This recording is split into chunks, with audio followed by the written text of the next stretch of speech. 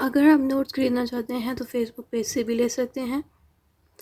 यहाँ पे देखें बहुत सारे स्टूडेंट्स की रिव्यू भी आपको देखने को मिल जाएंगे और यहाँ पे बुक्स डाली गई हैं, जो भी आपको ख़रीदनी है आप ख़रीद सकते हैं। उसके अलावा अगर आप इंस्टाग्राम यूज़र हैं तो यहाँ से भी आप ख़रीद सकते हैं। देखें यहाँ पे बुक्स लगाई गई हैं डिफरेंट, ठीक है, बहुत सारी लगी हुई हैं। तो अगर आप ख़रीदना चाहते हैं स्पेल्स इंटरप्रिटेशन ऑफ स्टेट्यूट, तो यहाँ पे व्यू प्रोडक्ट पे आप क्लिक करेंगे तो प्रोडक्ट की प्राइस के साथ लिखी होगी, आपको प्लेस ऑर्डर पे क्लिक करना है। जैसे आप प्लेस ऑर्डर पे क्लिक करेंगे तो आपका जो ऑर्डर है वो डायरेक्ट एडमिन को चला जाएगा, ठीक है। जो एडमिन है उनको चला जाएगा तो वो फिर आपको पेमेंट मेथड बताएंगे और फिर आप ख़रीद सकते हैं। उसके साथ साथ अगर आप व्हाट्सएप से ख़रीदना चाहते हैं तो ये व्हाट्सएप स्टोर है, ठीक है।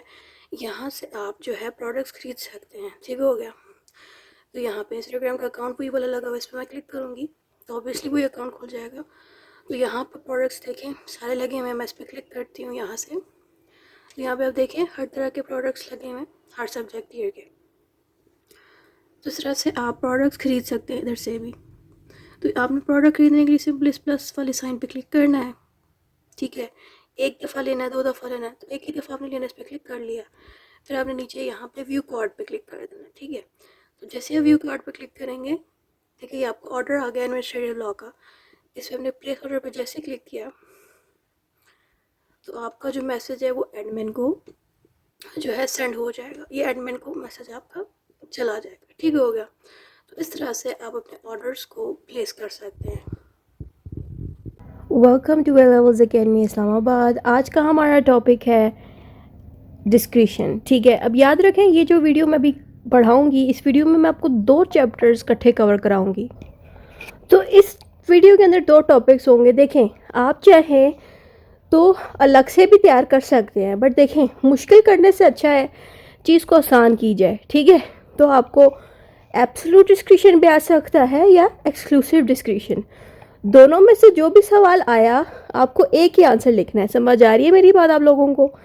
तो अब हम इस आंसर को स्टार्ट करते हैं, ठीक है। तो एग्ज़ाम में अक्सर आपको ये आ सकता है discuss the concept of absolute discretion in administrative law, इस तरह से आएगा। या वो चाहें तो आपको दोनों भी दे सकते हैं या इनमें से कोई एक देंगे, ठीक है। तो ये माइंड में रखिएगा। तो अगर दोनों दे दिया तब भी यही आंसर देना है, कोई एक भी पूछ लिया तब भी यही आंसर देना है। ये जो आंसर है वो बेसिकली इन दोनों चीज़ों को डिफाइन कर रहा है, यानी कि इसी आंसर के अंदर आपको एब्सोल्यूट डिस्क्रिशन भी और एक्सक्लूसिव डिस्क्रिशन दोनों सिखाए जाएंगे। ये आपको फ़ायदा मिलेगा मेरी वीडियो से, ठीक है, क्योंकि हर कोई यूट्यूब पे ये चीज़ नहीं सिखाता कि कौन सी चीज़ें सेम है जो आप लिख सको। अब ज़ाहिर बात है ये डिस्क्रिशन तो सेम ही टॉपिक है, इसमें सिर्फ एब्सोल्यूट एंड एक्सक्लूसिव का फ़र्क है। तो मैंने आपको सीधा बता दिया है कि डिस्क्रिशन का चैप्टर सेम ही होता है, उसमें एब्सोल्यूट और एक्सक्लूसिव को आप इकट्ठे भी लिख सकते हो, ये कोई नहीं सिखाता सिवाय मेरे चैनल के। तो मैंने एडमिनिस्ट्रेटिव लॉ की जो बाकी वीडियोज़ हैं वो भी देख लें, वहाँ पे भी जो चैप्टर्स कंबाइन बन रहे हैं ना, 3 से 2 चैप्टर्स इकट्ठे जो बन रहे हैं उनको तैयार कर लें। एक ही आंसर तैयार कर लें जो कि तीनों टॉपिक्स को कवर कर सकता है या 2 टॉपिक्स को कवर कर सकता है, ठीक है। यहाँ ये जो आप तैयार करेंगे ये ऑटोमेटिकली आपका 2 सवालों को तैयार कर देगा। एक सवाल होगा एब्सोल्यूट डिस्क्रिशन, दूसरा होगा एक्सक्लूसिव डिस्क्रिशन, ठीक हो गया। अब हम इसको स्टार्टिंग करते हैं इंट्रोडक्शन से। Administrative law studies how power is used. Obviously आपने इंट्रोडक्शन में सबके, चाहे आप एडमिनिस्ट्रेटिव लॉ का कोई भी टॉपिक अटैम्प्ट कर रहे हो, आपने कोशिश करनी है इंट्रोडक्शन में एडमिनिस्ट्रेटिव लॉ जो है वो लाजमी एक्सप्लेन करें, फिर उस टॉपिक को एक्सप्लेन करें। जैसे कि अगर आपको टॉपिक में अम्बजमेंट आ जाता है या कोई भी चैप्टर आ जाता है एडमिनिस्ट्रेटिव लॉ का, तो अम्बजमेंट स्टार्ट करने से पहले भी आपने इंट्रोडक्शन में शुरू में 2-3 लाइंस सिंपल एडमिनिस्ट्रेटिव लॉ को एक्सप्लेन करना है। उसके बाद आपने उस टॉपिक को एक्सप्लेन करना है जो पूछा जा रहा है, जैसे कि अम्बजमेंट को बाद में एक्सप्लेन करना है, पहले एडमिनिस्ट्रेटिव लॉ को, ठीक हो गया। इससे क्या फ़ायदा होता है कि आपका जो मटेरियल है, जो आंसर की लेंथ है वो बढ़ जाती है। दूसरा फ़ायदा ये होता है आपका आंसर काफ़ी डिटेल्ड और अच्छा लगता है, जिससे एग्जामिनर आपको मार्क्स ज़्यादा दे सकते हैं। जब एग्जामिनर को दिखेगा कि आपने इंट्रोडक्शन में एडमिनिस्ट्रेटिव लॉ को भी एक्सप्लेन किया और उस एडमिनिस्ट्रेटिव लॉ को उस टॉपिक के साथ भी रिलेट करा के एक्सप्लेन किया, तो अपने आप ही मार्क्स ज़्यादा मिलने के चांसेस होंगे, यानी कि 1-2 नंबर यहाँ से बढ़ सकते हैं।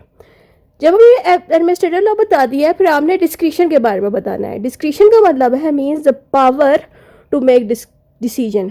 डिस्क्रिशन होता है जैसे कि आपको एक पावर मिली है कि आप अपने दिमाग को यूज़ करके कोई डिसीजन लो, ये होता है डिस्क्रिशनरी पावर्स। ये डिस्क्रिशनरी पावर्स हर हेड के पास होती है। जैसे कि हमारे जो जजेस हैं वो अपनी डिस्क्रिशनरी पावर से यानी कि अपनी नॉलेज के हिसाब से डिसीजन देते हैं। इसी को हम डिस्क्रिशनरी पावर देते हैं। जैसे कि आर्मी ऑफिसर का हेड हो गया, वो अपनी इसी डिस्क्रिशनरी पावर से डिसीजंस लेता है। ये एक ऐसी पावर है जो हर इंसान को दी जाती है, ठीक है। आप लोगों के पास भी डिस्क्रिशनरी पावर्स होती हैं, यानी कि हर इंसान को पता होता है कि उनको किस तरह से ज़िंदगी जीनी है, क्या चीज़ उनके लिए सही है। वो अपने लिए एक अच्छा सा डिसीजन देते हैं या किसी की डिसीजन लेते हैं अपनी सोच के मुताबिक, अपने इल्म के मुताबिक। यही चीज़ डिस्क्रिशन होती है।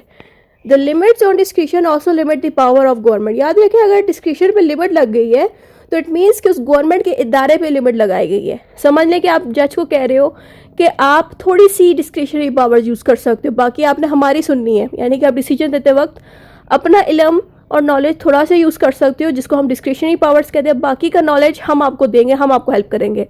तो इसमें क्या हो रहा है कि गवर्नमेंट पाबंदी लगा रहा है उस अथॉरिटी पे कि आप जो है ज़्यादा डिस्क्रिशनरी पावर्स यूज़ नहीं कर सकते। याद रखें, जब किसी बंदे पे पाबंदी लग रही है ना, तो समझ लें उस पूरे इदारे पे पाबंदी लग रही है, ठीक है। इदारे का मैंने नाम क्यों लिया, ज़ाहिर बात है अगर एक जज भी, उस एक जज को भी अगर रोका जा रहा है कि तुम सारी डिस्क्रिशनरी पावर्स यूज़ नहीं करोगे, तो बाकियों को भी ज़ाहिर बात है रोका जा रहा है। तो इट मीन्स कि उस इदारे पे कंट्रोल कर रहा है कोई और इदारा।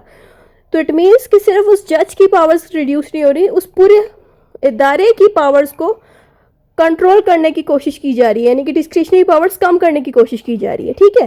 तो डिस्क्रिशनरी पावर्स होना बड़ा ज़रूरी है, क्योंकि देखो, जब आप अगले बंदे को पूरी आज़ादी दोगे कि तुम्हारा जितना इल्म है उसके हिसाब से तुम डिसीजन दो, हम कोई अमल दखल नहीं करेंगे, तो उससे क्या होता है कि वो बंदा अच्छा काम करेगा। लेकिन अगर आप कहोगे कि तुम थोड़ा सा ही अपना इल्म लगाओ, लेकिन बाकी हम तुम्हें बताएंगे कि क्या करना है, तो ये गलत होती है। गलत इस तरह से होती है कि अगले बंदा उस मिसाल के तौर पर जज है, वो अपना डिसीजन नहीं ले रहा, आपकी बात मान के डिसीजन ले रहा है, तो ये गलत होती है, ठीक है।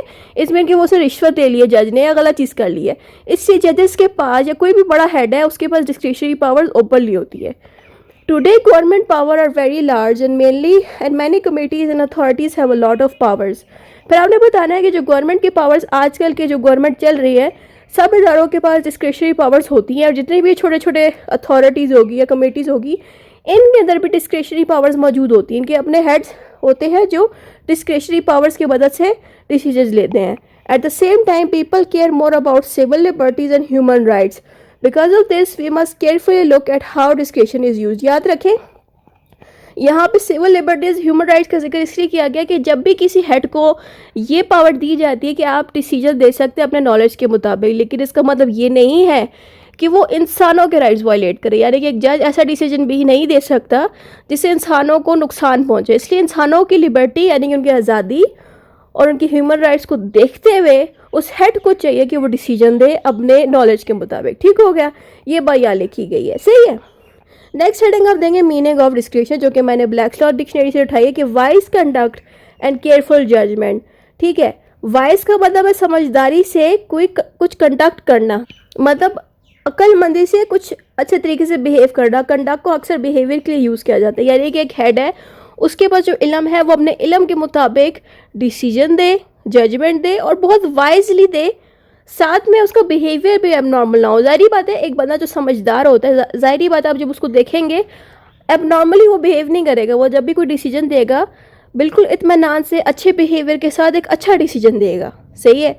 यही चीज़ होती है एक प्रॉपर डिस्क्रिशन की। एक बंदे ने डिस्क्रिशन दिया यानी कि अपने इल्म के मुताबिक जो डिसीजन दिया है, वो डिसीजन देते वक्त भी उसने अपने इल्म का यूज़ किया और अपना बिहेवियर भी सही से रखा, नॉलेज भी सही से रखा, फिर उसे डिसीजन दिए। ठीक है, ये बात जो है इसकी स्टेटमेंट में लिखी है। फिर आता है एडमिनिस्ट्रेटिव डिस्क्रिशन। इसमें आपने एडमिनिस्ट्रेटिव डिस्क्रिशन का बता रहा है। अब आप सोच रहे हैं कि यहाँ पे डिस्क्रिशन के साथ एडमिनिस्ट्रेटिव का क्यों नाम है। ज़ाहिर बात है जो एडमिनिस्ट्रेटिव अथॉरिटी बेसिकली गवर्नमेंट के इदारों को कहा जाता है, तो गवर्नमेंट के पास जो डिस्क्रिशन है उसके बारे में आपने स्लाइड में लिखना है। ठीक है, the power of public official to make decision while doing their duties. Public official कौन हुए, आर्मी ऑफिसर हो गए या नॉर्मल जो हेड बैठे होते हैं ऑफिस में, जो लोग बैठे होते हैं जो हेड हैं, उनकी बात हो रही है। ठीक है, चाहे वो आर्मी ऑफिसर हो या कोई भी हेड हो किसी डिपार्टमेंट का जो कि गवर्नमेंट का इदारा है, उसके अंदर जो बंदे हैं, जो ऑफिसर्स हैं, वो अगर डिस्क्रिशन ले रहे हैं यानी कि अपनी इल्म के मुताबिक कोई डिसीजन ले रहे हैं, इस चीज़ को नाम दिया जाता है एडमिनिस्ट्रेटिव डिस्क्रिशन का। एडमिनिस्ट्रेटिव का इसलिए क्योंकि ये जो डिसीजन लिया जा रहा है ये कोई ऑफिसर ले रहा है। ठीक है, याद रखें, आपको जुडिशियल डिस्क्रिशन भी मिलता है लॉ में। अक्सर आपने किसी न किसी किताब में जुडिशियल डिस्क्रिशन भी पढ़ा ही होगा। इसका मतलब है कि ये वो डिसीजन ले रहा है जो कि कोर्ट्स के इदारे हैं। जैसे कि कोर्ट्स में कोई जज डिसीजन लेगा, उसको नाम दिया जाएगा जुडिशियल डिसीजन का, क्योंकि वो जुडिशरी डिसीजन ले रही है। यहाँ पे डिसीजन कौन ले रहा है? एडमिनिस्ट्रेटिव इदारा, यानी कि गवर्नमेंट का इदारा, इसलिए इसके साथ नाम लग गया है एडमिनिस्ट्रेटिव डिस्क्रिशन का। तो ये फ़र्क आप याद रखिएगा, ठीक है। नेक्स्ट हेडिंग पे आते हैं। Next heading is discretion in administrative law. इसमें बताना है कि discretion means choosing between different options, यानी कि डिस्क्रिशन का मतलब है कि 2-3 ऑप्शंस में से सही चीज़ को चुनना और उसी को ही डिसीजन में यूज़ करना, यही डिस्क्रिशन होता है। इस तरह का आप सिंपल सा मीनिंग दे सकते हैं डिस्क्रिशन का, ठीक है। Administrative discretion is special, it means choosing while following reason, law and fairness, not personal wishes. It should not be random और अनफेयर। आपने एडमिनिस्ट्रेटिव डिस्क्रिशन के बारे में ये बताना है कि इसमें जब भी हम डिसीजन लेंगे, यानी कि जो ऑफिसर है जो गवर्नमेंट के दायरे में काम करता है, वो जब भी डिसीजन लेगा तो डिसीजन के पीछे कोई रीज़न होना चाहिए, यानी कि उसने जो डिसीजन लिया उसके पीछे क्या रीज़न है, क्या लॉ लगाया है उसने, क्या उसके डिसीजन से लोगों को इंसाफ मिल रहा है कि नहीं। फेयरनेस का मतलब इंसाफ मिलना। और वो जो डिसीजन लेगा वो अपने पर्सनल फ़ायदे के लिए नहीं होगा, यानी कि वो जब भी डिसीजन ले अपने फ़ायदे को ना देखे बल्कि लोगों के फ़ायदे को देखे और लोगों को जस्टिस प्रोवाइड करने के लिए वो डिसीजन ले। ये चीज़ होती है एडमिनिस्ट्रेटिव डिस्क्रिशन, ठीक है। और ये डिसीजन ऐसा नहीं होना चाहिए जो कि अनफेयर हो, यानी कि लोगों को इंसाफ ना दे सके, बल्कि डिसीजन ऐसा होना चाहिए इन इदारों का, इन ऑफिसर्स का, जो लोगों को जस्टिस प्रोवाइड करे, ठीक है। और उनके डिसीजन के अंदर ये चीज़ें हों, जैसे कि रीज़न होना चाहिए कि क्यों उन्होंने ऐसा डिसीजन दिया, लॉ भी मौजूद होना चाहिए कि किस लॉ की मदद है उन्होंने डिसीजन देते वक्त, और उस डिसीजन से लोगों को फेयरनेस मिले, यानी कि इंसाफ मिले। नेक्स्ट हेडिंग आप देंगे प्रॉब्लम ऑफ एडमिनिस्ट्रेटिव डिस्क्रिशन, यानी कि एडमिनिस्ट्रेटिव डिस्क्रिशन को किस किस तरह की प्रॉब्लम फेस करनी पड़ती है। आपने बताया कि government needs discretion to function because it is impossible to have rules for every situation. Officials need some freedom to make the decision, but discretion can also be misuse if there is no control. अब यहाँ पे देखें, आपने बताना है कि government को discretion की ज़रूरत क्यों पड़ती है। पहली बात तो ये, गवर्नमेंट को इसकी ज़रूरत पड़ती है कि ज़ाहिर बात है कुछ रूल्स और लॉज बने होते हैं, लेकिन मिसाल के तौर पे कंट्री के अंदर कोई ऐसी चीज़ आ गई है, कोई ऐसा सिचुएशन आ गई है जिसके बारे में उन लॉज के अंदर और रूल्स के अंदर लिखा ही नहीं गया। तो ऐसे वक्त पे, ऐसे माहौल पे गवर्नमेंट के इदारे डिस्क्रिशन यूज़ कर सकते हैं, यानी कि गवर्नमेंट को ये नहीं कहा जाएगा कि आप लोग अपने दिमाग को यूज़ ना करें, सिर्फ हम लोग ही चीज़ें देंगे, बल्कि गवर्नमेंट के जितने इदारे हैं, छोटे हैं कि बड़े, उन सबको ये इजाज़त दी जाती है कि अगर आपके इदारे के अंदर कोई ऐसी चीज़ आ गई है जिसके बारे में कोई रूल पहले से नहीं लिखा हुआ, कोई लॉ पहले से नहीं लिखा गया, कोई नया केस आ गया है, आप उसको अपने इल्म के मुताबिक सॉल्व करें, यानी कि अपने डिस्क्रिशन के मुताबिक सॉल्व करें। इसलिए गवर्नमेंट को डिस्क्रिशन की ज़रूरत पड़ती है बदलते माहौल की वजह से। ये बात यहाँ लिखी गई है, officials need some freedom to make decisions.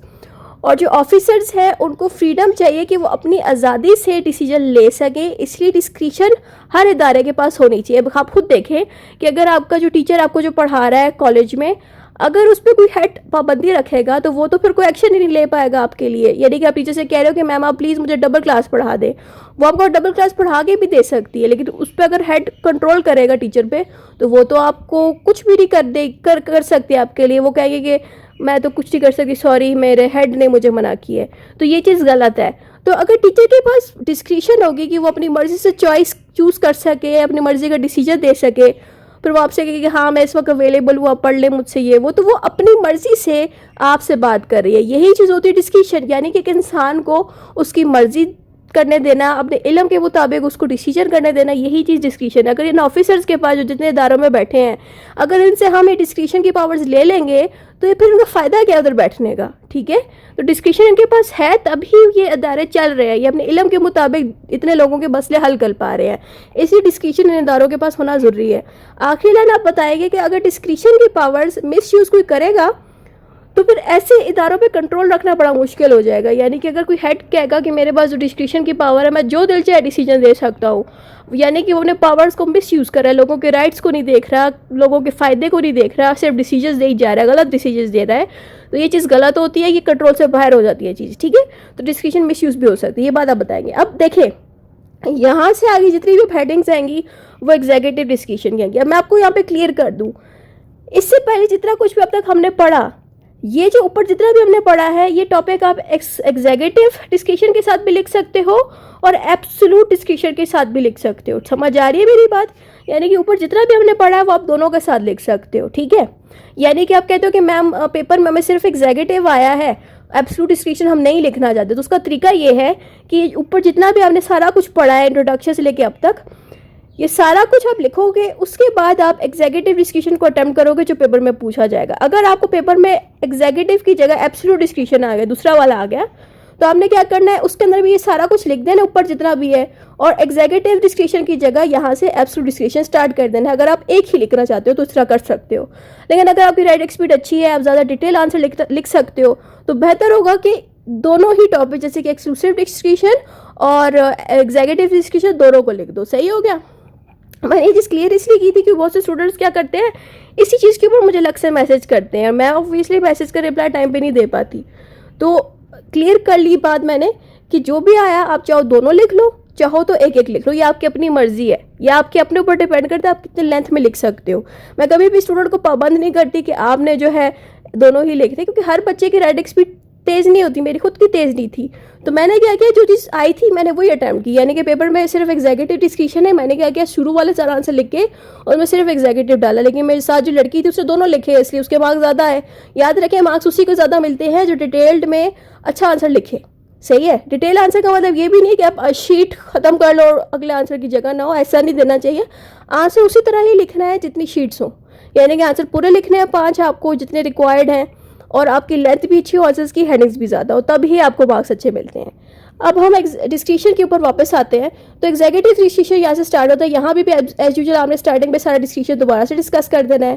फिर आप ये भी बता सकते हैं कि डिस्कशन जो है कंट्रोल में ना रहे तो इसको कोई भी इदारा जो है मिसयूज़ कर सकता है, ये डेंजरस भी हो सकती है। ठीक है, डेंजरस किस तरह से होती है? देखो, अगर एक हेड ये जब जानता है कि मेरे पास पावर है कि मैं जो है डिसीजन दे सकता हूँ, तो वो भी गलत डिसीजन देगा जिससे किसका नुकसान होगा? हम जैसे आम लोगों का। मिसाल के तौर पर एक बंदा जो है टैक्स के इदारे में बैठा हुआ है, टैक्स लगाता है सब पे, उसने अपने इल्म को यूज़ किए बगैर ऐसे ही अपने फ़ायदे के लिए ऐसा टैक्स लगाना शुरू कर दिया लोगों पे जो लोगों को नुकसान दे रहा है, हम जैसे आम लोगों को। तो ये किसका नुकसान यहाँ पे हो रहा है? हम जैसे आम लोगों को। आपकी टैक्स तो हमने देना है ना। अगर वो बंदा जो हेड है वो उन चीज़ों पे भी टैक्स लगा रहा है जिन पर टैक्स लगना बनता भी नहीं था, और लेकिन उसने अपने पावर्स को मिसयूज़ किया, तो ये चीज़ गलत होती है। ठीक है, इसी डिस्क्रिशन की जो पावर्स है वो कंट्रोल में भी होनी चाहिए, यानी कि हेड्स को बेशक का पावर्स हो लेकिन वो एक लिमिट के अंदर जो है उस पावर को यूज़ कर सके। ऐसा ना हो कि गलत चीज़ें करना शुरू कर। जैसे मैंने आपको टैक्स की एग्जांपल दी कि जिन चीज़ों पे टैक्स नहीं लगना चाहिए उस पर भी इन्होंने टैक्स लगा दिए। ठीक है, तो ये गलत हो जाती है चीज़। सही है? Executive discussion affect citizens immediately and can B abused most. आपने बताया कि जो एग्जीक्यूटिव डिस्कशन है वो डायरेक्टली सिटीजन्स को टारगेट करता है। कैसे?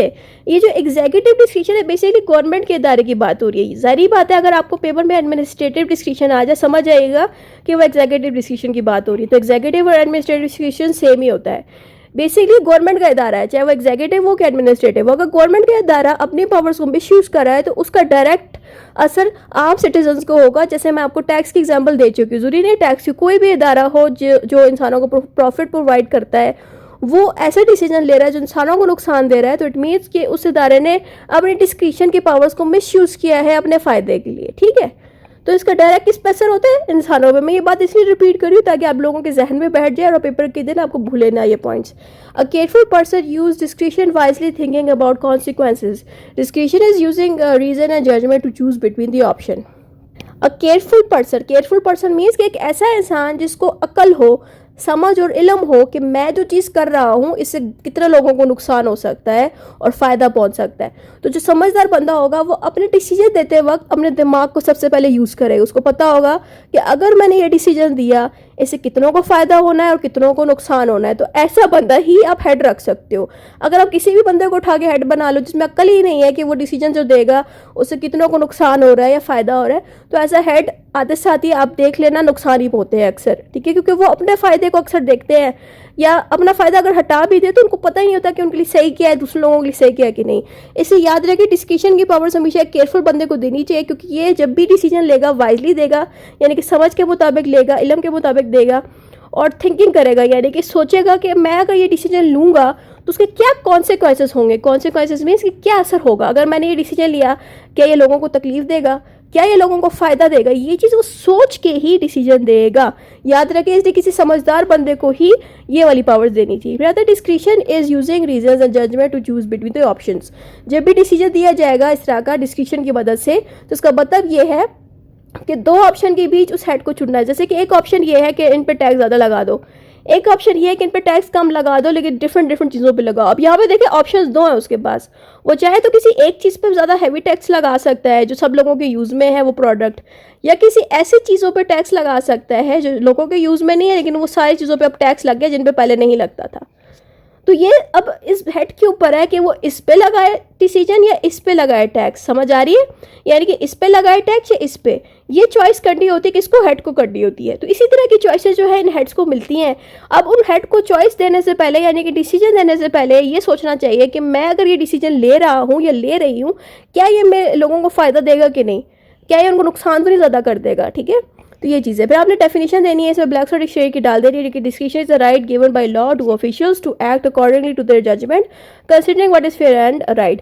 यहाँ पे ऑब्वियसली हम एग्जीक्यूटिव डिस्क्रिशन को डिस्कस कर रहे हैं, इसलिए यहाँ पे ऑफिशियल्स का नेम आएगा। याद रहे कि जब भी ऑफिशियल्स का नेम आए ऑफिसर्स का, तो समझ जाएगा कि वो एग्जीक्यूटिव या फिर एडमिनिस्ट्रेटिव डिस्क्रिशन की बात हो रही है। तो यहाँ भी यही बताया जा रहा है कि डिस्क्रिशन एक तरह का राइट है उन ऑफिसर्स के पास ताकि वो खुद अपने इल्म के मुताबिक डिसीजन दे सके, जजमेंट वगैरह या डिसीजन दे सके, ताकि इंसानों के फ़ायदे के लिए वो डिसीजन हो। सही है। फिर आपने नेक्स्ट हेडिंग देनी है requirements for proper use of discretion. Requirements for the proper use of discretion, यानी कि डिस्क्रिशन को सही तरीके से कैसे यूज़ करना चाहिए, उसके रिक्वायरमेंट्स यहाँ पे लिस्ट दे के लिखे हैं। डिस्क्रिशन इज़ नॉट लॉलेस, यानी कि डिस्क्रिशन के साथ भी लॉ के सेक्शंस लगते हैं। यानी कि ऐसा नहीं हम कह सकते कि डिस्क्रिशन की पावर हर बंदे के पास है तो इसमें लॉ ही नहीं बना हुआ, बल्कि लॉ मौजूद है जो हर इदारे को डिस्क्रिशन की पावर्स अलाउ करता है और साथ में लिमिटेशंस भी लगा के देता है। ठीक है, यही बात यहाँ लिखी गई है कि डिस्क्रिशन जो है लॉलेस नहीं होता बल्कि इसके साथ लॉ मौजूद होता है। ठीक है, जो अथॉरिटीज़ हैं उनको ये फॉलोइंग चीज़ें, जो ये पॉइंट्स हैं, इनको फॉलो करके ही डिस्क्रिशन की पावर्स को यूज़ करना। तो पहला पॉइंट हमारे पास independent thinking. The person with powers must think for themselves, not just follow others. यहाँ पे कह रहे हैं कि जिस इंसान को डिस्क्रिशन की पावर दी गई है वो अपने मुताबिक सिर्फ सोच सकता है, यानी कि जिसको पावर मिली है वो खुद ही सोच के फैसला दे, ना कि किसी और के कहने पे कोई एक्शन ले। ये होता है डिस्क्रिशन। ठीक है, खुद आपको अपने मेहनत से एक फैसला करना है। ठीक है, आपको दूसरों के हुक्म को नहीं माना, ये एक सबसे बड़ी रिक्वायरमेंट होती है डिस्क्रिशन की। Relevant consideration, decision should be based on important facts not personal whims. अच्छा, पर्सनल विम्स की जगह पर्सनल बेनिफिट्स आप लिख दें। ठीक है, यहाँ पे ये कह रहे हैं कि डिसीजन जो है आप ज़रूरी चीज़ों को देखते हुए लें, यानी कि अगर कोई केस आया है उसके मालूमात यानी कि जो फैक्ट्स है, जो हकीकत है, वो पहले जान लें, उसके बाद डिसीजन दें। ठीक है, बगैर जाने कोई डिसीजन ना दिया करें और अपने पर्सनल फ़ायदे के लिए तो बिल्कुल ना दें। जैसे कि आपके पास कोई केस आया है, चाहे आप जज हो या किसी भी इदारे में काम कर रहे हो, आप उस केस की पहले हकीकत यानी कि फैक्ट्स को जानें कि किस लिए वो केस आया, देन फिर आप उस पर अपना डिसीजन दें और अपने फ़ायदे के लिए वो डिसीजन ना हो बल्कि उन इंसानों के फ़ायदे के लिए आप डिसीजन दें। ये चीज़ें यहाँ लिखी कि अपने पर्सनल विम्स के लिए यानी कि अपने पर्सनल बेनिफिट्स के लिए ना हो। फिर आता है रीजनेबल एंड फेयरनेस। डिसीजन जो है आपका फेयर होना चाहिए, सेंसेबल होना चाहिए और जस्टिस प्रोवाइड करे, जस्ट हो। सही है। Good faith, officials must act honestly without bias और हिडन मोटिव्स। यहाँ पे कह रहे हैं कि जो ऑफिसर्स हैं उनको ऑनेस्टली बिहेव करना चाहिए, ऑनेस्टली एक्ट करना चाहिए, उनको बायस नहीं होना चाहिए। बायस मीन्स कि किसी की साइड नहीं उनको लेनी चाहिए। ठीक है, और मोटिव होना चाहिए, मोटिव इन मकसद, यानी कि किसी मकसद के लिए उन्होंने डिसीजन लेना है। ऐसे नहीं होगा कि बस जब दिल किया तो डिसीजन ले लिया, नहीं, बल्कि डिसीजन ऑनेस्टली लेना है, बगैर किसी की साइड लिए और किसी मकसद के लिए लेना है। मोटिव मीन किसी मकसद के लिए। ठीक है, purpose of discretion, discretion must be used only for the reasons it was given, not for other purposes. कह रहे डिस्क्रिशन सिर्फ उसी केस के ऊपर यूज होना चाहिए और उसके पीछे कोई रीज़न होना चाहिए उस केस के ऊपर रीज़न देने का, डिसीजन देने का। ठीक है, यानी कि डिस्क्रिशन तभी आप करो जब ज़रूरत हो और जब डिसीजन दो तो साथ रीज़न भी बताओ कि आपने क्यों एक केस के ऊपर डिसीजन दिया। ये लास्ट लाइन इसमें लिखी है कि आपने पर्पस बताना है कि आपने क्यों फ़लाँ बंदे के लिए या फ़लाँ चीज़ के लिए डिस्क्रिशन की। सही है, एग्जांपल आप दे सकते हैं इसमें। Detaining someone under preventive laws must not be for political reasons. Acquiring land for public use must be fair, not for favoritism. ऊपर वाली पीछे हम एग्जाम्पल स्किप कर देते हैं, थोड़ा समझाना मुश्किल है. सेकेंड वाली एग्जाम्पल आप लिख लें एक ही. इसमें लिखा है कि अगर आप किसी इंसान की लैंड एक्वायर करते हो, हासिल करते हो पब्लिक रीज़न से, जैसे कि अगर कोई गवर्नमेंट का इदारा है वो किसी भी प्राइवेट बंदे की, किसी भी आम इंसान की लैंड यानी कि ज़मीन अपने मकसद के लिए, गवर्नमेंट अपने काम के लिए अगर ले रही है, तो गवर्नमेंट को ये नहीं करना चाहिए कि गवर्नमेंट को वो ज़मीन पसंद है तो ले रही है, नहीं, बल्कि गवर्नमेंट को चाहिए कि अगर वो किसी इंसान से उसकी ज़मीन ले रही है तो ऑब्वियसली पैसे तो गवर्नमेंट देगी उसको, लेकिन वो ज़मीन इस वजह से गवर्नमेंट ना ले कि गवर्नमेंट को वो ज़मीन फेवरेट लगती है, अच्छी लगती, नहीं, बल्कि वो लैंड तभी ले जब गवर्नमेंट को लगे कि हाँ इस लैंड से हमें कोई फ़ायदा हो रहा है. यानी कि मिसाल के तौर पर किसी की ज़मीन से तेल निकल रहा है, वो किसी प्राइवेट बंदे की ज़मीन है और गवर्नमेंट उस बंदे की अगर ज़मीन लेगी तो इसी वजह से लेगी ना कि वो उसमें तेल निकल रहा है. तो यही बात है कि वो ज़मीन फेवरेट नहीं होती, सिर्फ किसी वजह से ली जाए, ठीक है. तो वो गवर्नमेंट इस पर भी अपना डिसीजन देती है, यानी कि एक डिसीजन लेती है कि फ़लाँ बंदे की ज़मीन हमें चाहिए और उसके पीछे वो रीज़न भी बता दी कि क्यों चाहिए. यानी कि फेवरेट ज़मीन ना हो बल्कि किसी मकसद के लिए गवर्नमेंट किसी की ज़मीन को हासिल करे और उस पर अपना डिसीजन दे. तो ये बात यहाँ पे एग्जांपल में लिखी है. अब हम आते हैं नेक्स्ट हेडिंग पे, वो है grounds for judicial review, abuse for excess of discretion. ठीक है, अब जुडिशल रिव्यू क्या होता है आपने कई दफ़ा पढ़ा होगा हर साल में. इसमें क्या होता है कि कोर्ट्स के पास ये पावर्स होती हैं कि वो दूसरे इदारों को, चाहे वो लॉ मेकिंग इदारा है चाहे वो गवर्नमेंट का इदारा है, उस पर नज़र रखती है कोर्ट के पास ये पावर कैसे आई? जुडिशल रिव्यू की वजह से. ठीक है, तो यहाँ पे क्या हो रहा है कि जो कोर्ट्स हैं वो अपनी जुडिशल रिव्यू की मदद से डिस्क्रिशन पे कंट्रोल इस तरह से रखेगी कि अगर कोई इदारा अपनी डिस्क्रिशन की पावर ज़रूरत से ज़्यादा यूज़ करे, यानी कि एक्सेसली यूज़ करे, या अपने पावर्स को अब्यूज़ करे, यानी कि पावर्स का गलत फ़ायदा उठाए, इन दोनों मामलात में जुडिशल रिव्यू कोर्ट कर सकती है. अब वो कोर्ट किस तरह से जुडिशल रिव्यू करेगी, यहाँ पे कुछ पॉइंट्स लिखे हैं, ये आपने माइंड में रखने हैं. पहला पॉइंट है unreasonableness. Decision must not be arbitrary, यानी कि अगर कोर्ट्स को दिख गया कि किसी इदारे ने बहुत ही बेतुका सा या ऐसा डिसीजन लिया है जिससे ना तो लोगों को फ़ायदा हो रहा है ना गवर्नमेंट को, वहाँ पे कोर्ट एक्शन ले सकती है. या ऐसी जगह इन गवर्नमेंट के इदारों ने डिसीजन लिया है जहाँ पे गवर्नमेंट के पास पावर नहीं थी, यानी कि गवर्नमेंट है उसको लिमिटेड पावर दी गई है डिस्क्रिशन की, उसने ज़रूरत से ज़्यादा उस जगह पे डिस्क्रिशन कर ली, यानी कि एक्स्ट्रा पावर यूज़ किया, वहाँ पे कोर्ट इन्वॉल्व होगी. ठीक है, उसके अलावा आर्बिट्ररी एक्शंस के लिए भी कोर्ट इन्वॉल्व होगी, यानी कि अगर कोर्ट को दिख गया कि एक इदारा किसी को डिसीजन देके उसको दबाने की कोशिश कर रहा है और ख़ुद को एक आर्बिट्ररी पावर बना रहा है. आर्बिट्ररी पावर का मतलब ये होता है कि एक बंदा खुद को हेड बनाने की कोशिश करता है और सबको दबाने की कोशिश करता है. ये कैसी हुकूमत होती है?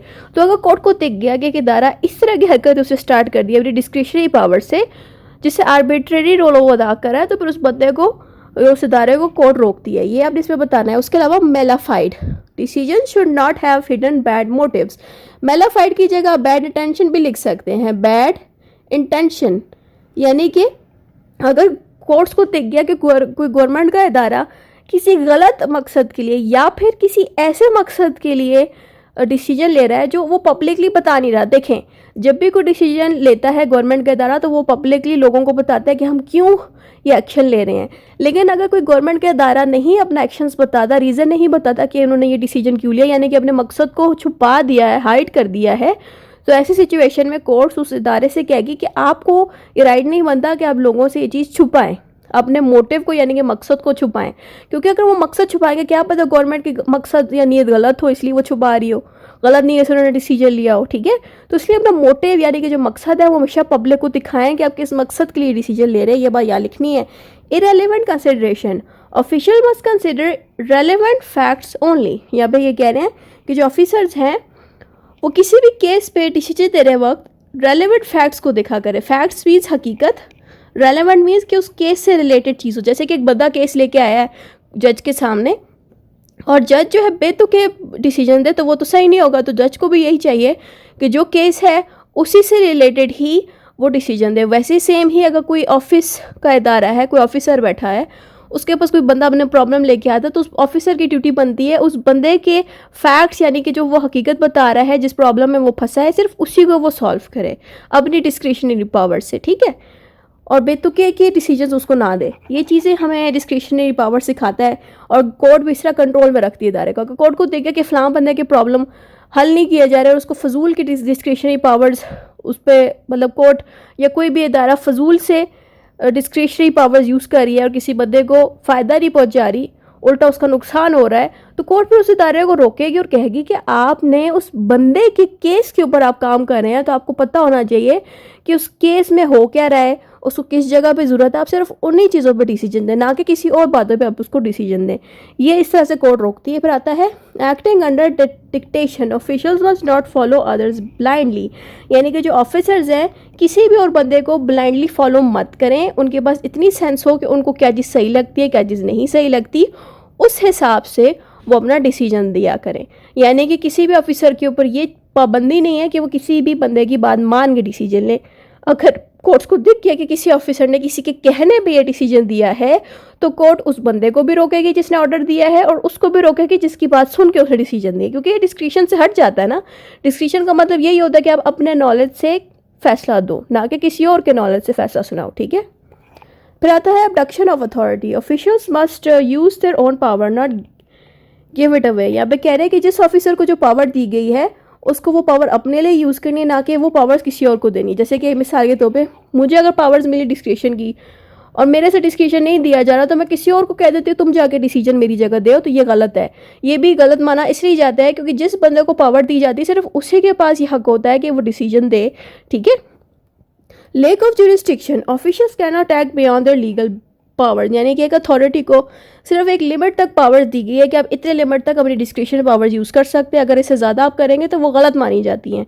तो कोर्ट्स पर ऐसी जगह पे इन्वॉल्व होती है जब कोर्ट को दिखता है कि कोई इदारा अपनी पावर से ज़्यादा पावर्स यूज़ कर डिस्क्रिशन की, ठीक है, तो ये गलत होती है। फिर आता है procedural defect, ignoring required procedures make actions invalid, यानी कि अगर एक इदारा या ऑफिसर डिस्क्रिशनरी पावर्स यूज़ करते वक्त जो प्रोसीजर दिया गया कि आपने डिस्क्रिशन कैसे करनी है और अपने डिसीजन को कैसे कन्वे करना है, उस प्रोसीजर को वो फॉलो किए बगैर ही अगर डिसीजन दे रहा है अगले को, तो ये चीज़ भी सही नहीं। क्योंकि जब भी एक ऑफिसर, चाहे आप जज लगते हो या आप किसी भी गवर्नमेंट के इदारे में बैठते हो, आपको हमेशा एक चीज़ बताई जाती है कि डिसीजन देते वक्त भी एक प्रॉपर प्रोसीजर को फॉलो करना होता है। तो अगर वो फॉलो नहीं करेगा तो कोर्ट फिर ऐसी जगहों पर इन्वॉल्व होगी और ऐसे लोगों को रोकेगी।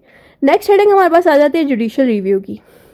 इसमें सिंपली हमने बताना है कि ब्रिटिश के अंदर courts check that executive act justly and reasonably, unreasonable actions can be stop. इसमें सिंपली बताना है कि जो कोर्ट्स है यूके की, वो एग्जीक्यूटिव डिपार्टमेंट पे ये नज़र रखती है कि क्या एग्जीक्यूटिव डिपार्टमेंट लोगों को जस्टिस प्रोवाइड करी है और रीजनेबल एक्शंस गवर्नमेंट ले रही है कि नहीं अपनी डिस्क्रिशनरी पावर से। और जुडिशरी ये भी देखती है कि कोई भी एक्शन अनरीजनेबल ना हो, यानी कि बेतुका एक्शन गवर्नमेंट ना ले, बल्कि उनके एक्शन के पीछे कोई रीज़न होना चाहिए। ये चीज़ जो है यूके की कोर्ट्स देखती हैं। अगर हम पाकिस्तान की बात करें, all authorities must act fairly and without hidden motives. Courts can review decision if discretion is exercise arbitrarily, whimsically और फॉर इरेलेवेंट रीज़न। विमिसली का मतलब है अपने फ़ायदे के लिए, जिसको हम इंग्लिश में बेनिफिट कहते हैं, बेनिफिट। तो यहाँ पे आसान अल्फाज में आप लिखेंगे कि पाकिस्तान के अंदर जितनी भी अथॉरिटीज़ है, जो गवर्नमेंट की अथॉरिटीज़ हैं, उनको चाहिए कि वो फेयरली एक्ट करें, यानी कि लोगों को इंसाफ पहुंचाएं। और जब भी वो एक्शन लें तो वो एक्शन छुपा ना हो, लोगों को बता के एक्शन ले कि उन्होंने एक्शन क्यों लिया, यानी कि इस डिसीजन को लेके एक्शन क्यों लिया। कोर्ट्स ये चीज़ देखती है इनकी, ठीक है। और कोर्ट्स ये चीज़ भी देखती है कि इन्होंने जो डिसीजन लिए अथॉरिटीज़ ने, गवर्नमेंट की अथॉरिटीज़ ने, ये आर्बिट्रेरी ना हो, यानी कि कोई हेड ये ना करे कि अपनी पावर्स को मिसयूज़ करके दूसरे लोगों को कंट्रोल करना, ये चीज़ आर्बिट्रेशन होता, तो ये चीज़ ना करे। उसके अलावा अपने फ़ायदे के लिए वो एक्शंस ना लें गवर्नमेंट के इदारे। उसके अलावा गवर्नमेंट अगर कोई एक्शन ले तो वो इरेलेवेंट ना हो, यानी कि जो एक्शन ले रही है वो एक्शन लेने का उधर यूज़ ही नहीं था, यानी कि मकसद ही नहीं था उस जगह पे एक्शन लेना, डिसीजन देना। तो यहाँ पे कोर्ट ये समझा रही है कि जब भी एक इदारा डिसीजन दे तो उस पर्पज़ के लिए दे। जैसे कि एक बंदा टैक्स का डिपार्टमेंट में बैठा हुआ है, ठीक है, वो टैक्स के काम को छोड़ के किसी और चीज़ पर डिसीजन देगा जिस पे उसका कोई रोल बनता भी नहीं है, तो ये चीज़ गलत है। इसलिए यहाँ पे भी ये बताया गया कि जिस चीज़ के लिए उनको काम दिया गया है डिस्क्रिशन का, वो सिर्फ उसी पे ही अपनी डिस्क्रिशनरी पावर्स यूज़ करें। और अगर उनके पास कोई केस आता है, जैसे कि कोई बंदा उनके पास मसला लेके आता है, तो उस बंदे के मसले से रिलेटेड ही डिसीजन दें, ना कि कोई और मसला यानी कि किसी और मसले का डिसीजन उस पर लगा दें। जैसे कि एक बंदा टैक्स के हवाले से आपके पास आया है, आप उसका टैक्स का मसला हल करने की बजाय कोई और मसले के ऊपर उसको सोल्यूशन दे रहे हो, डिसीजन दे रहे हो, तो ये गलत है। ये चीज़ें आप बताइए। फिर आता है फेलियर टू एक्सरसाइज डिस्क्रिशन। यहाँ पे बताना है कि क्यों लोग डिस्कशन पे अमल नहीं कर पाते हैं। उसकी रीजंस बताने हैं। The authority does not consider the case properly, यानी कि जो इदारे हैं गवर्नमेंट के वो कभी भी किसी इंसान के केस को प्रॉपरली देखती नहीं है, हैंडल नहीं करती। इस वजह से भी पाकिस्तान के अंदर डिस्क्रिशनरी पावर्स इतनी अच्छी नहीं चल पा रही। फिर आता है the authority acts under someone else order, और जो हमारे अथॉरिटीज़ हैं, जो गवर्नमेंट के इदारे हैं, जितने भी वहाँ पे ऑफिसर्स बैठे हैं वो खुद डिस्क्रिशन नहीं करते, बल्कि उनका जो हेड है वो उनको कह रहा होता है ये एक्शन लो, वो एक्शन लो, यानी कि हमारे जो इदारों में लोग बैठे हुए हैं वो खुद से एक्शन नहीं ले पाते। इसी वजह से पाकिस्तान में डिस्क्रिशन पावर्स बड़ी कम है, अगर होती भी है तो वो खुद एक्शन नहीं ले पाते। The authority imposes strict rules on it self and applies them rigidly, और जो अथॉरिटीज़ के जो हेड हैं वो अपने लोगों पे बहुत सख्त रूल्स लगा देते हैं कि फ़लाँ जगहों पे आप डिसीजन नहीं दें, सिर्फ फ़लाँ जगहों पे डिसीजन दे सकते हैं, यानी कि कुछ जगहों पे उनको डिसीजन देने की इजाज़त है। ये चीज़ भी एक तरह की रिस्ट्रिक्शन लगा देती है कि हमारे पाकिस्तान में डिस्क्रिशनरी पावर्स इतनी ज़्यादा नहीं है, क्योंकि रिस्ट्रिक्शंस अथॉरिटी लगा देती है इस तरह से। फिर आता है authority acts mechanically without care. इस लाइन का मतलब है कि जो हमारी अथॉरिटी है वो बिल्कुल मशीनों की तरह एक्शन ले रही होती है, ना कि एक इंसान की तरह प्रॉपरली दूसरे लोगों की बातों को सुनती है। इसी वजह से हमारे जो इदारे हैं वो डिस्क्रिशनरी पावर्स यूज़ नहीं करते। अगर उनके पास हों भी तो उनको समझ नहीं लगती कि डिस्क्रिशन कैसे करना चाहिए। यानी कि मिसाल के तो भी एक डिपार्टमेंट है, इसमें यहाँ पर एक हेड बैठा हुआ है सबसे ऊपर, यहाँ बहुत से डिपार्टमेंट्स हैं, इसी एक के अंदर और भी हैं। तो इस सब डिपार्टमेंट में, यानी कि इस एक ही अथॉरिटी के अंदर जितने भी डिपार्टमेंट हैं, ये जो हेड है सबको कह रहा है कि जिस तरह से मैं डिस्क्रिशन करूँगा तुम भी वैसे फॉलो करोगे। तो जिस तरह से ये फॉलो कर रहा है बाकी भी उसको फॉलो कर रहे हैं, तो जब बाकी फॉलो कर रहे हैं तो इट मीन्स बाकी लोग कैसे बिहेव कर रहे हैं, बिल्कुल एक रोबोट की तरह, एक मशीन की तरह। यानी कि उनको जिस तरह से हुक्म दिया गया है कि हम एज अ हेड कैसे डिसीजन देते थे वैसे ही आपको देना चाहिए। तो ये भी एक तरह की गलत चीज़ है, क्योंकि एक जो जूनियर हो या सीनियर हो, हर इंसान को अपनी कैपेसिटी के हिसाब से डिसीजन देना चाहिए, ना कि किसी और के मुताबिक उसको चलना चाहिए। ठीक है, तो ये वजह है कि हमारे जो हेड्स हैं या ऑफिसर्स हैं वो मशीन की तरह डिसीजंस दे रहे होते हैं। तो इस वजह से बहुत सारे इदारों में इस तरह के लोग बैठे होते तो आम लोगों को इनसे फिर फ़ायदा नहीं पहुंच पाता। अब यहाँ से आगे हमारा एब्सोल्यूट डिस्क्रिशन स्टार्ट हो जाती है। ठीक है, एब्सोल्यूट डिस्क्रिशन में आपने लिखना है it means a person or authority has complete freedom to make decisions without being controlled by anyone. अच्छा, अब इस डिस्क्रिशन का मतलब है कि एक इदारे के पास मुकम्मल इख्तियार है कि वो डिस्क्रिशन कर सके। ठीक है, पिछले वाले डिस्क्रिशन में जो हमने पढ़ा था उसमें लिमिटेशंस लगती हैं, यानी कि जो इदारे हैं उनको पावर्स तो मिलती हैं डिस्क्रिशन की, लेकिन उनको एक लिमिट में रह के डिस्क्रिशन जो है करना होता है। लेकिन एब्सोल्यूट डिस्क्रिशन जो है जिनको मिल जाए, इसका मतलब ये है कि कोई भी इदारा इनको कंट्रोल नहीं कर सकता। इनके पास पूरा का पूरा होल्ड होता है कि ये खुद से डिस्क्रिशन कर सकते हैं और इस पर कोई ज़्यादा लिमिट नहीं लगती। ये बातें हमने यहाँ लिखनी है कि इनके पास पूरी फ्रीडम होती है कि आज़ादी से डिसीजन दे सकते हैं और कोई भी इन पर रोक टोक नहीं कर सकेगा। They can decide however they like and their choice usually cannot be questioned or reviewed by others। यहाँ पे कह रहे हैं कि जिस तरह से लोग डिसीजन देते हैं, चाहे उन्होंने डिसीजन अपनी मर्जी से दिया है, अपने फ़ायदे के लिए दिया है या किसी के फ़ायदे के लिए दिया है, कोई भी इनसे ज़्यादा सवाल खड़ा नहीं कर सकता। आम तौर पे ये जो डिस्क्रिशन एब्सोल्यूट डिस्क्रिशन है अमूमन हेड्स को मिलती है, हमारे हेड्स को, क्योंकि उन्हीं के पास यही पावर्स होती है, तभी वो छोटे इदारों पे कंट्रोल रख सकते हैं। और ये जो हेड्स होते हैं आम तौर पे इनको हम नहीं कह सकते कि आपने फ़लाँ डिसीजंस क्यों दिए, क्योंकि इनके पास पूरा इख्तियार है कि अपने फ़ायदे के लिए अगर डिसीजन देना चाहे फ़ायदे के लिए दें या किसी के लिए डिसीजन देना चाहे तो दे सकते हैं। इनके ऊपर रोक टोक नहीं है। लेकिन पिछले वाले में रोक टोक थी, कि रोक टोक इस तरह से थी कि उन पर लिमिट्स लगाई गई थी कि आपने कौन से डिसीजन देने हैं कौन से नहीं। फिर आता है absolute discretion can be dangerous. Absolute discretion is very powerful and can be harmful to freedom. यहाँ पे ये कह रहे हैं कि अगर किसी बंदे के पास भी डिस्क्रिशन की पावर हो, वो भी मुकम्मल डिस्क्रिशन की, पूरी आज़ादी के साथ अगर वो डिस्क्रिशन करे, याद रखें वो हार्मफुल भी हो सकती है। क्योंकि अगर एक हेड को पता हो कि उसके पास जो है डिस्क्रिशन की पावर है, कोई उस पर रोक टोक नहीं कर सकता, तो वो चाहे तो किसी भी इंसान के लिए गलत डिसीजन भी ले सकता है या अपने फ़ायदे के लिए डिसीजन ले सकता है जो दूसरों को नुकसान दे। इसलिए एब्सोल्यूट डिस्क्रिशन जो है काफ़ी ज़्यादा डेंजरस भी होती है। There is always a conflict between the government powers and the people right. और हमेशा जो गवर्नमेंट है ना वो पीपल के राइट को इतना नहीं देखती, अपने फ़ायदे को ज़्यादा देखती है अगर उनके पास एब्सोल्यूट डिस्क्रिशन की पावर आ जाए। जो हमने दूसरी डिस्क्रिशन पढ़ी थी, ज़ाहिर बात है उसमें कोई ना कोई लिमिट लगी हुई थी, कोई हेड था जो रोक सकता था। लेकिन जब एक ऐसा इंसान जिसके पास एब्सोल्यूट डिस्क्रिशन की पावर हो, वो तो फिर लोगों के राइट्स को भी नहीं देखेगा। ठीक है, इसलिए काफ़ी हद तक नुकसानदेह चीज़ है। फिर हमने बताना है कि discretion is not bad itself but it can be misused। अब मैंने दोनों पॉइंट्स को सर्कल इसलिए किया है क्योंकि जो डिस्क्रिशन है वो गलत चीज़ नहीं है। लेकिन एक बंदे के पास पूरी की पूरी डिस्क्रिशन की पावर हो यानी कि एब्सोल्यूट डिस्क्रिशन हो, ये गलत बात नहीं है। लेकिन कोई भी बंदा मिसयूज़ कर सकता है अपनी पावर्स को। अक्सर आपने देखा होगा कोई बंदा हेड लग जाता है तो वो अक्सर अपनी पावर्स को मिसयूज़ करने की कोशिश करता है। तो ये चीज़ है जो हमें याद रखनी है। उसके अलावा the solution is to control how the discretion is use, not to remove it. तो इसका सोल्यूशन एक ही है कि हमें चाहिए कि उस डिस्क्रिशन वाली पावर्स को कंट्रोल में रखा जा सके। बेशक हम किसी को अगर डिस्क्रिशन की पावर मुकम्मल दे भी देते हैं, फिर भी कोई ऐसा बंदा हो जो उन पर चेक रख सके, ताकि ऐसे लोग ये ना सोचे कि हम पे डिस्क्रिशन की पावर्स पूरी हैं तो हम जिसके साथ जो मर्जी करें। ठीक है, तो इन पर अगर हम चेक रखने का काम करेंगे तो ये कंट्रोल में रहेंगे। फिर नेक्स्ट, कंट्रोलिंग एब्सोल्यूट डिस्क्रिशन। इसमें बताना है कि ये डिस्क्रिशन की पावर है, इनको दो तरीके से कंट्रोल किया जा सकता है। सबसे पहले डिस्क्रिशन की पावर सबसे पहले डेलीगेट की जाती है। डेलीगेट का मतलब है देना, यानी कि एक हेड सबसे पहले उस बंदे को पावर्स देगा जो नया ऑफिसर जो है सिलेक्ट होकर आएगा, जिसने डिस्क्रिशन का काम करना है। ठीक है, उसको सबसे पहले पावर्स दी जाएंगी यानी कि डेलीगेट होंगी। फिर आता है एक्सरसाइज। एक दफ़ा जब पावर्स दे दी गई यानी कि डेलीगेट हो गई, उसके बाद उसको एक्सरसाइज करेगा वो बंदा। यानी कि जिस बंदे को पावर्स दी जाती है डिस्क्रिशन की, वो फ़ौरन से उस पर एक्सरसाइज नहीं करता, पहले वो उसको पावर्स देगा एक बड़ी अथॉरिटी, बाद में वो उस पर एक्सरसाइज करेगा। अगर उस एक्सरसाइज के पीरियड के अंदर हेड को दिख गया कि ये जो बंदा है ये एक्सरसाइज सही से नहीं कर पा रहा है, ये अपने पावर्स को मिसयूज़ कर रहा है, तो फिर उस बंदे को हटा भी दिया जाएगा। ठीक है, तो इस तरह से हम उन बंदों पे कंट्रोल रख सकते हैं।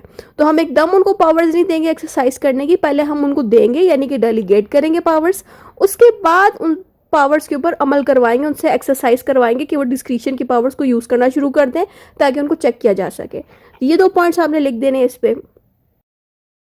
Y authorities are given discretion, कि इन अथॉरिटीज़ को डिस्क्रिशन की पावर्स क्यों दी जाती हैं? इनको तीन वजह से दी जाती है। Complex problem, new problem, solve problem without rules. कि बहुत से प्रॉब्लम्स बहुत मुश्किल और कॉम्प्लेक्स होते हैं, यानी कि तब्दील वक्त के साथ, जैसे कि अभी 2025 चल रहा है, तो आजकल की जनरेशन की प्रॉब्लम्स और हैं, पास्ट की जनरेशन की प्रॉब्लम्स और थी। तो बदलते माहौल की वजह से इन अथॉरिटीज़ या ऑफिसर्स को ये डिस्क्रिशन की पावर्स इसलिए दी गई हैं ताकि वो बदलते माहौल के साथ अपने माइंड को यूज़ करके डिस्क्रिशन करके उन मसलों को हल कर सकें। ये बात आपने यहाँ लिखनी कि जो कॉम्प्लेक्स प्रॉब्लम्स आती हैं या न्यू चीज़ें आती हैं उनको हल कर सकें, उसके अलावा न्यू प्रॉब्लम्स जो आती हैं उनको हल कर सकें, दोनों सेम बात है। अच्छा, कॉम्प्लेक्स का मतलब है मुश्किल और यूनिक सी प्रॉब्लम जो पहले हल ना हुई हो। इसी वजह से इन अथॉरिटीज़ को ये पावर्स दी जाती हैं कि इस तरह की यूनिक और कॉम्प्लेक्स प्रॉब्लम्स को, मुश्किल प्रॉब्लम्स को वो हल कर सकें। न्यू प्रॉब्लम्स का मतलब है कि ऐसी प्रॉब्लम्स जो पास्ट में कभी आई ना हो, बिल्कुल यूनिक हो, न्यू हो, तो उनको वो हल कर सकें। फिर आता है सॉल्व प्रॉब्लम विदाउट रूल्स। अगर लॉज मौजूद नहीं है, कोई रूल्स मौजूद नहीं है, तो ऐसी जगह पे ये अथॉरिटीज़ उन प्रॉब्लम्स खुद सॉल्व कर सकें। ठीक है, तो इस वजह से डिस्क्रिशन की पावर्स इनको दी जाती हैं। तो यहाँ पे मैं इनको पढ़ भी देती हूँ। Complex problem, modern problems are complicated and change often, rules can not cover all situations. कि ये जो मॉडर्न प्रॉब्लम्स है ना वो काफ़ी मुश्किल और कॉम्प्लिकेटेड होती है। कॉम्प्लिकेटेड का मतलब है मुश्किल और कन्फ्यूजिंग, और ये प्रॉब्लम्स हर दफ़ा न्यू तरह से आती रहती हैं। जैसे कि मिसाल के तौर पे एक सड़क है, उस पर रास्ता ब्लॉक हो गया है। अब रास्ता किस लिए ब्लॉक हुआ, किस वजह से ब्लॉक हुआ, तो हेड के पास ये प्रॉब्लम जाएगी। अब उस हेड को डिसीजन देना है कि किस लिए वो रास्ता ब्लॉक हुआ या वो रास्ता ब्लॉक होने के पीछे वजह क्या है। क्या उनको उधर वहाँ पे गार्ड्स भेजने चाहिए कि उन रास्ते को हटा दें, साफ़ करवा दें, ये सारा कुछ हेड का काम है। ये तो मैंने एक प्रॉब्लम बताई ना, तो इस तरह की नई नई प्रॉब्लम्स आ सकती हैं जो बहुत मुश्किल होती हैं हेड्स को सॉल्व करने के लिए। इसी हेड्स को डिस्क्रिशन की पावर्स दी जाती है ताकि वो अपने प्रॉब्लम्स को बड़े आराम से सॉल्व कर सकें। ये बात हमने कॉम्प्लेक्स प्रॉब्लम के अंदर बतानी है डिस्क्रिशन वाले पोर्शन की। फिर आता है न्यू प्रॉब्लम्स। जो न्यू प्रॉब्लम्स हैं, जैसे कि हर दफ़ा नई नई प्रॉब्लम्स आती हैं जो पुराने प्रॉब्लम्स के साथ मैच नहीं करती, इसलिए ऐसी सिचुएशन को भी सॉल्व करने के लिए डिस्क्रिशन की पावर्स हेड्स को दी जाती हैं। उसके अलावा ऐसी प्रॉब्लम्स जो लॉज के अंदर और रूल्स में ना लिखी गई हों, उनको सॉल्व करने के लिए भी डिस्क्रिशन की पावर्स ऑफिसर्स को दी जाती हैं। Basic principles of discretion according to the Supreme Court of India, फिर उसका रेफरेंस हमने दे दिया इस केस का, ये केस का रेफरेंस होता है। Discretion is necessary for good administration, government must follow the standard in promise. अच्छा, पहली बात तो ये है कि हमने बेसिक प्रिंसिपल बताना है डिस्क्रिशन का, कि डिस्क्रिशन क्यों इतना इंपॉर्टेंट है और इसका क्या प्रिंसिपल है। पहली बात तो ये जो केस हुआ था इंडिया में, इस सुप्रीम कोर्ट के केस में हमने ये जाना कि डिस्क्रिशन जो है एडमिनिस्ट्रेशन को अच्छा करवाने का बड़ा मेन रोल अदा करती है। यानी कि अगर डिस्क्रिशन नहीं होगी गवर्नमेंट के हेड के पास या बाकी लोगों के पास, तो एडमिनिस्ट्रेटिव अथॉरिटी अच्छे से चल नहीं सकती। गवर्नमेंट जब उनको पता हो कि उनके पास डिस्क्रिशन की पावर्स हैं तो वो अच्छे से काम करेंगे, यानी कि फिर वो वादा करेंगे लोगों से कि हम अच्छा काम करेंगे और फिर वो अपने डिस्क्रिशन की पावर से अच्छा काम करके दिखाएंगे भी। ये चीज़ भी हमने इस केस में जानी, ठीक है। इसलिए यानी कि इस केस के अंदर जो केस का रेफरेंस दिया है इस डिस्क्रिशन की पावर्स के बारे में हमें तफसील से बताया, ठीक है। उसके अलावा violating the standards make an action invalid, अगर कोई भी ऑफिसर या हेड अपनी डिस्क्रिशन की पावर्स को वायलेट करता है या गलत डिसीजंस देता है तो उस डिसीजन को गलत माना जाएगा। उसके अलावा government officers can not arbitrarily जो गवर्नमेंट ऑफिसर्स हैं ना वो किसी के ऊपर अपना रोब नहीं जमाएंगे ये कह के कि हम हेड हैं तो हम आपको डिसीजन दे रहे हैं तो वो करो, नहीं, बल्कि जो गवर्नमेंट ऑफिसर उसको चाहिए इंसानों के राइट्स को वायलेट ना करे, इंसानों के राइट्स का ख्याल रखते हुए वो डिसीजन दें। तो ये चीज़ें जो है हमें ये केस सिखाता है। सही हो गया, यानी कि जो गवर्नमेंट है उनका एक्शंस और जो डिसीजंस हैं वो अनरीजनेबल ना हो बल्कि रीजनेबल उनके डिसीजंस हो, और वो जो डिसीजंस हैं वो फेयर हो, यानी कि लोगों को इंसाफ प्रोवाइड करें। फिर आता है government can not favour people based on age, politics, religion when giving jobs, contract and licence. अब यहाँ पे कह रहे हैं कि जो गवर्नमेंट है वो किसी इंसान की एज को देखते हुए या पॉलिटिक्स के माहौल को देखते हुए फ़र्क ना करे, यानी ये ना करे कि गवर्नमेंट किसी पॉलिटिक्स की साइड ना ले। होता है ना लोग, जैसे हम पाकिस्तान की एग्जांपल दूं कि हम कुछ लोग पीटीआई की साइड ले रहे होंगे तो कुछ नून लीग की, तो उसके फेवर को देखते हुए उनको जॉब्स ना दे लोगों को, बल्कि लोगों को उनकी काबिलियत की वजह से उनको जॉब्स दे या उसी हिसाब से गवर्नमेंट के लोग जो है चलें, गवर्नमेंट के ऑफिसर्स काम करें। यानी कि गवर्नमेंट किसी की साइड ना ले, पॉलिटिकल बैकग्राउंड को देखते हुए, ना ही किसी की उम्र को देखे, ना किसी के मज़हब को देखे। जैसे कि हमारे पाकिस्तान में भी इंडियंस और अमेरिकन या क्रिश्चियंस लोग भी गवर्नमेंट के इदारों पे काम कर रहे होते हैं, क्योंकि हमारे इदारे में भी यही है कि डिफरेंसेस नहीं होती। वैसे इंडिया में भी ये चीज़ बताई गई है, सही है।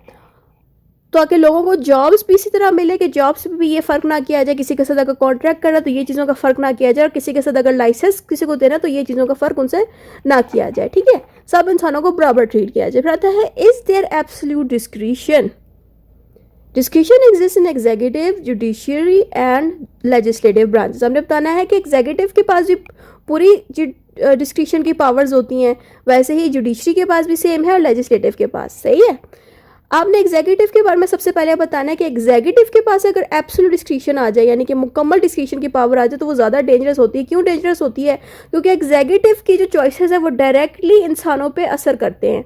यानी कि अगर हमारा हेड जो एग्जीक्यूटिव डिपार्टमेंट में बैठा है टैक्स के ऊपर कोई गलत डिसीजन ले लेता है तो हमारे ऊपर मुश्किल बनेगी, हमें फिर उस टैक्स के पैसे डबल करके देने पड़ सकते हैं अगर हमारा हेड कोई गलत डिसीजन लेता है, तो हमें डायरेक्ट वो इफेक्ट करेगा। लेकिन जो लेजिस्लेटिव डिस्क्रिशन है और जो जुडिशरी की जो डिसीजन है वो डायरेक्टली इंसानों पे अटैक नहीं करते, यानी कि इनके जो डिसीजन है वो डायरेक्टली इंसानों के ऊपर नहीं लगेंगे, इतना जल्दी अटैक नहीं करेंगे, बल्कि एग्जीक्यूटिव की जो डिस्क्रिशन है वो जल्दी अटैक करेगी, ठीक है। लेजिस्लेटिव डिस्क्रिशन में हमने बताना है कि अनसर्टेन बट नॉट इमीडिएट। यहाँ पे कह रहे हैं कि ये भी अगर ज़्यादा हो तो गलत तरीके से भी यूज़ कोई कर सकता है, लेकिन ये डायरेक्टली इंसानों को अटैक नहीं हो सकता। पहली बात तो ये आप सबको पता है कि जब भी कोई लॉ बनता है वो पहले बिल की शक्ल में बनता है, फिर आहिस्ता आहिस्ता करते करते वो पास होता है। तो जाहिर ही बात है लॉ बनने का प्रोसेस बहुत लंबा है। तो लेजिस्लेटिव डिपार्टमेंट के पास बेशक एब्सोल्यूट डिस्क्रिशन की पावर आ भी जाए, तब भी उन बेचारों के पास कोई चीज़ नहीं होगी, क्योंकि उनको पूरा अपना लॉ एक पूरे प्रोसेस के साथ गुजारना है। तो डायरेक्ट एक इंसान पे उसका अटैक नहीं हो सकता, लेकिन एग्जीक्यूटिव का जो एक्शन है वो डायरेक्ट इंसानों को अटैक जल्दी कर सकता है, ठीक है। जुडिशरी का भी यही है कि उसमें भी पहले केस होता है, फिर डिसीजन लिया जाता है, बहुत लंबा उसका प्रोसेस है, उसके बाद जाके वो चीज़ तैयार होती है। तो इसलिए जुडिशरी के साथ भी यही है कि यहाँ पे भी डायरेक्ट अटैक इंसानों पे नहीं होता, लेकिन अगर ज़्यादा पावर्स ऑब्वियसली गलत कोई इसमें और इन डिपार्टमेंट्स में भी कोई अपनी पावर्स मिसयूज़ करे तो वो गलत है, लेकिन डायरेक्ट इंसानों पे उसका अटैक नहीं होता। तो ये बात आप इसमें बता सकते हैं। फिर आता है discretion should be use carefully with judgement and according to law. यहाँ पे वही सेम बात रिपीट कर देनी कि जो डिस्क्रिशन है वो बहुत केयरफुली यूज़ करनी चाहिए और डिसीजन बड़े अच्छे तरीके से देना चाहिए हेड्स को, और डिसीजन देते वक्त लॉ को यूज़ करना चाहिए, ठीक है। There is no absolute discretion in administrative law. यहाँ पे हमें ये भी बताना है कि लॉ के अंदर कोई भी ऐसी चीज़ नहीं है कि कोई डिपार्टमेंट ऐसा नहीं जिसके पास मुकम्मल एब्सोल्यूट डिस्क्रिशन की पावर, अगर होगी भी कहीं ना कहीं कोई ना कोई हेड ज़रूर बैठा होगा, ठीक है। ये बात आप इसके लास्ट लाइन में लिख सकते हैं। कंक्लूजन में जो भी आपने ऊपर पढ़ा वो शॉर्ट करके 3 से 4 लाइनों में बता देना है। बस इतना ही था इस वीडियो में।